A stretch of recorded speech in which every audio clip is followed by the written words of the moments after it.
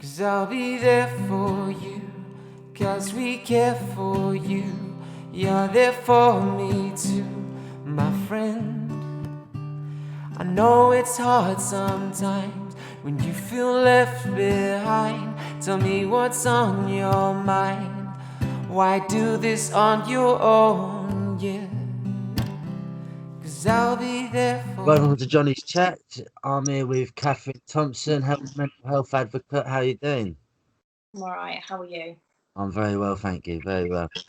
Would you like to start off telling us a bit about who you are, what you do with yourself, sort of thing? So I'm Catherine. I have had a Instagram for about 6 years now, and to start with, it wasn't on mental health. It was about fitness because I was really obsessed with health and fitness.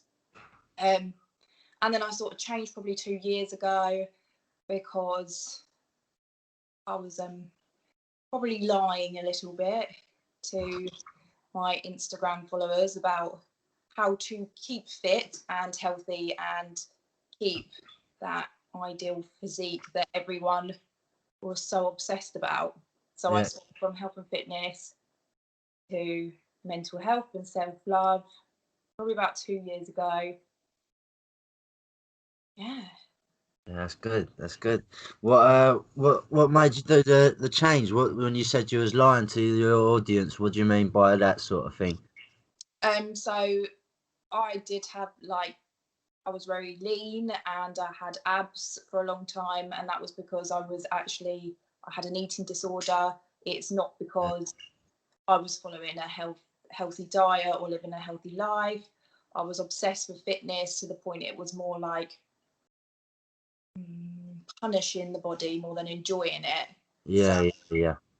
and then I was sharing with people what I ate, which was quite unhealthy. I probably didn't eat over 1,500 calories in a day, which isn't something really you should be promoting to people. Yeah. Yeah, I just felt like you see on Instagram people, they show you they have abs 24/7, and it's not true. And I was doing that. It wasn't. I didn't agree with it anymore. Yeah, yeah, yeah, yeah. So by trying to give your audience like a truer picture of what was going on, sort of thing, it almost like led to your own sort of path of self-love Yeah, and dealing with your own mental well-being, sort of thing. yeah. Yeah, I man. Yeah, I had actually suffered from an eating disorder when I was 16, and then I relapsed.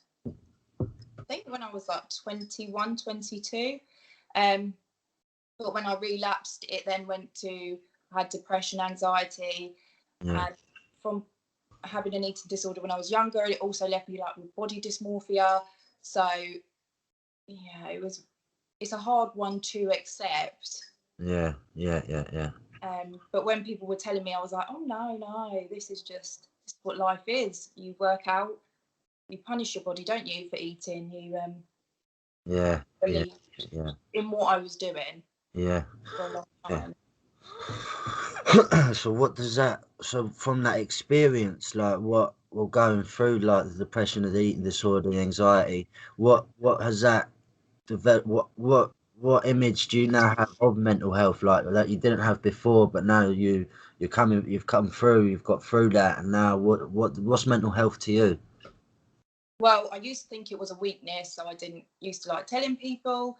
Now I don't really see it as a weakness. Like from my mental health issues, I still have carried on, which I'm fortunate because some people can't.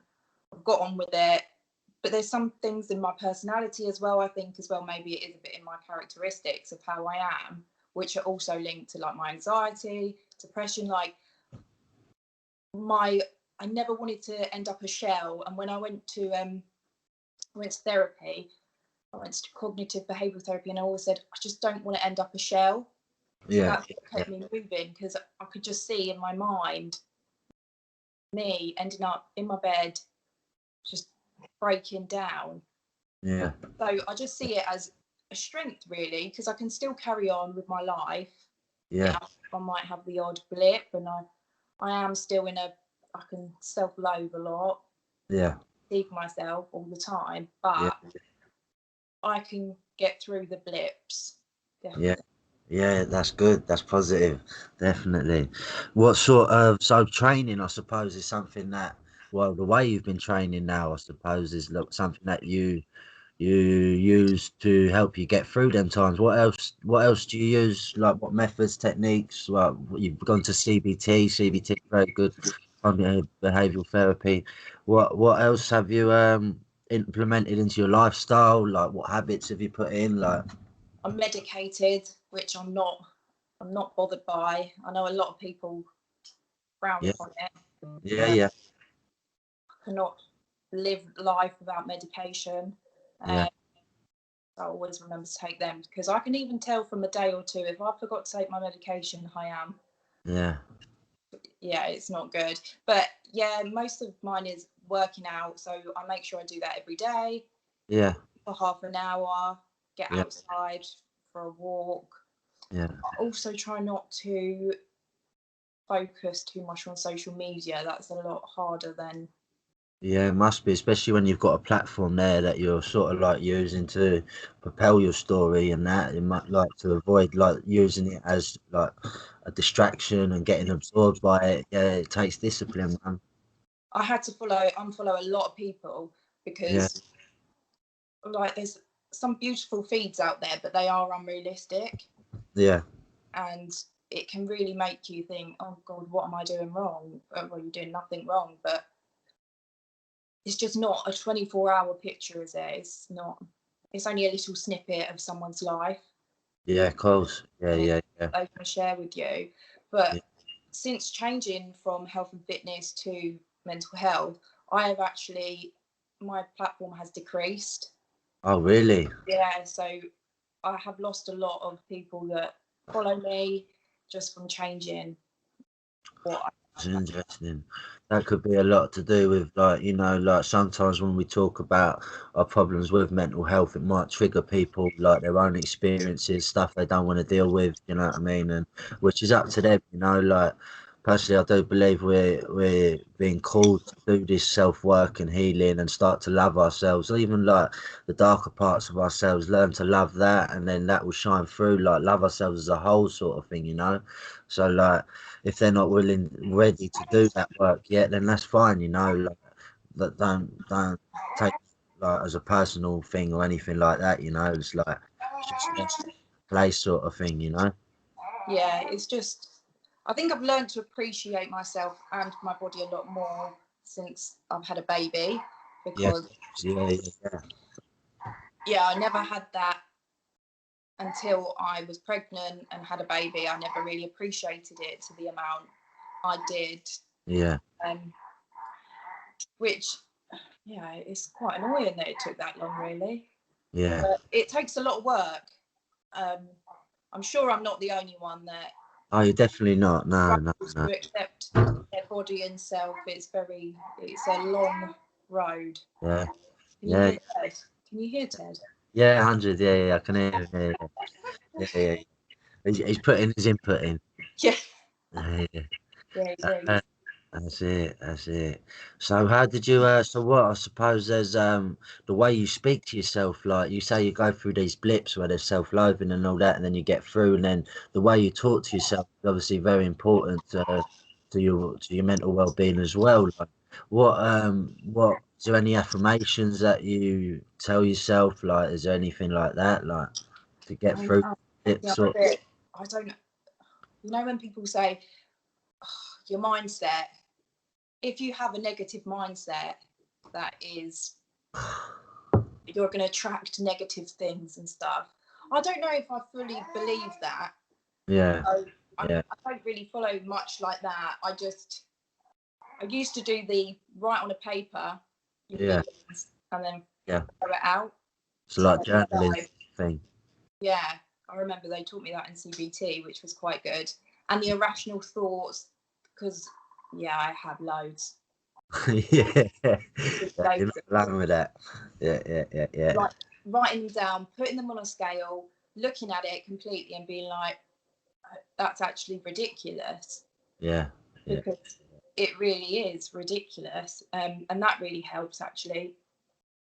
But I also like some accounts that just post things, you know, when they're just fully just quotes, nothing else but quotes, and it's like more focused on mental health, and they're like, you're doing great and whatnot. Yeah. Sometimes it just pops up and you're like, oh, thank you. Yeah. Positive affirmations, you know. Yeah, just Yeah, needed that today. Thank you. that's it. Yeah.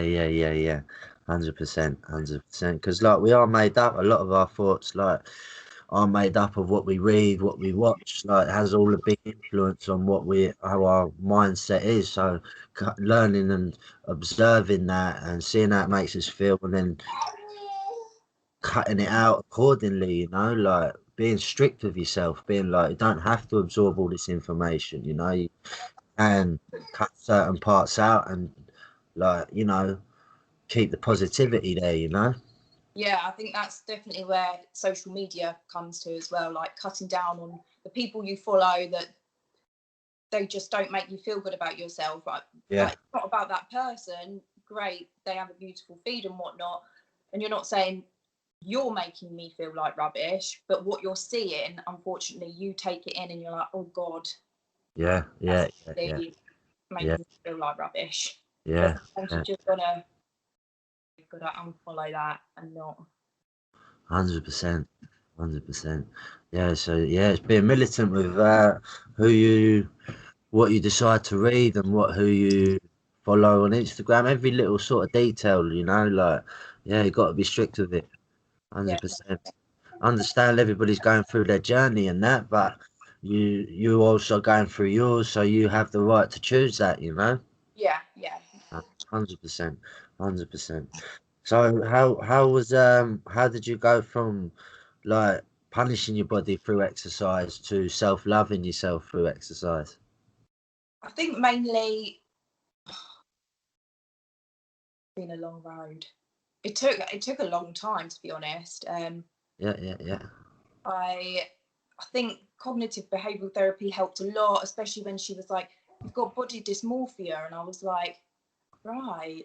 Didn't What's even know that was a thing yeah, until. what is that? So basically, I don't like using the F word, but when I looked in the mirror, I was like, I'm so fat. Yeah. You see what's not even there, which I never even knew it was a thing. I just thought, oh God, here we go, it's my eating disorder again. Yeah. It's wreaking havoc. But no, you see a completely different image to what other people see of yourself. Yeah. So I had a big thing about my lower belly and love handles and whatnot, when realistically they weren't even there. But I never knew that until I had to have someone tell me, like, this is a thing. Unfortunately, it is in your head. It is your mind playing tricks on you, and you are believing it, and Yeah. you're allowing it to take over, Yeah. which I Yeah. did for many years. So I just had to obviously go to therapy, and then I had to cut down on certain amount of exercise. I had to stop the strict routine, and it was more of turning that into enjoyment. Yeah. I see it. There's a lot of the stuff, like the habits that we do, like yeah, because even like exercise is a positive thing to do, and they say to maintain healthy mental well-being and all that, but it is how you do things, you know, like the sort of energy you put into something is almost what you get out of it, you know. So like if you do go into, like, even with exercise, you go in with the mindset of punishing yourself, like it's almost like you're telling yourself from that point that you're not worthy of feeling good. Do you know what I mean? So you're almost like repeating that energy that you're putting into it. But as soon as you change that and think, well, I'm going to do this for my health, or for not as a punishment, but as something that's going to benefit me, then it just changes the whole aspect of it. You know? Yeah, definitely, it Yeah. does. Yeah. That's cool. That's cool. Fair play. Yeah. Well, that's everything I had in mind to cover. Is there anything you'd like to say? Anybody out there that might be struggling with any of the issues you were talking about through there? Like, I think definitely go to a doctor. Um, you can tell a lot of friends or family how you're feeling, but they'll be like, oh, it's normal. yeah, Oh, everyone feels like that sometimes. Yeah. It's not normal. I remember when I had a stage of binge eating and I could hear voices in my head. I could hear one voice in my head saying, "Go on, you can eat that." I'd eat a whole jar of peanut butter, and I Wow. got going, "Oh, what did you do that? You're disgusting." Yeah. Yeah. Yeah. And Yeah. I used to say to my mum, "Surely this isn't normal.